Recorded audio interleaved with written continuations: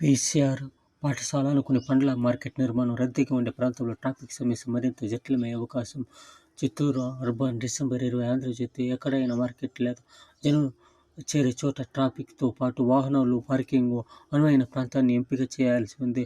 అయితే చిత్తూరు నగరపాలక అధికారులు మాత్రం అందుకు విరుద్ధంగా వ్యవహరిస్తున్న నిదర్శనం పీసీఆర్ ప్రభుత్వ పాఠశాల అనుకుని పండ్ల మార్కెట్ నిర్మాణం చేపట్టడమే. గతంలో పాత బస్టాండ్ స్థలంలో పండ్ల వ్యాపారం దుకాణాలు నడుపుతున్నారు. చాలా రోజుల నుంచి ఈ స్థలంలో పెద్ద మాల్ నిర్మించాలని నగరపాలక సంస్థ చెబుతూ వస్తుంది.